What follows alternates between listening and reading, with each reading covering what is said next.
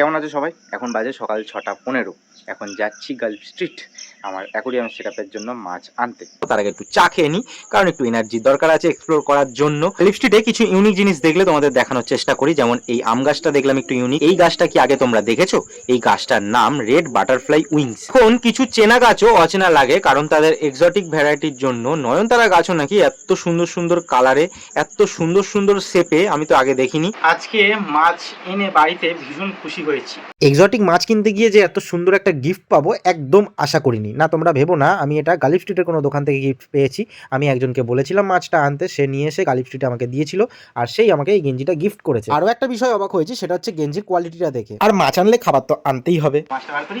নতুন রূপে সেজে ওটা ঘরে এক্সোটিক মাছ ছেড়ে ভীষণ খুশি হচ্ছি। তোমাদের বাড়িতেও অ্যাকোরিয়াম আছে নাকি অবশ্যই জানিও, আর না থাকলে অ্যাকোরিয়ামে মাছ রাখতে চাও কিনা অবশ্যই জানিও। আর এই মাছটার নাম কি যদি জানো অবশ্যই ঝটপট করে কমেন্ট করে জানাও। টাটা।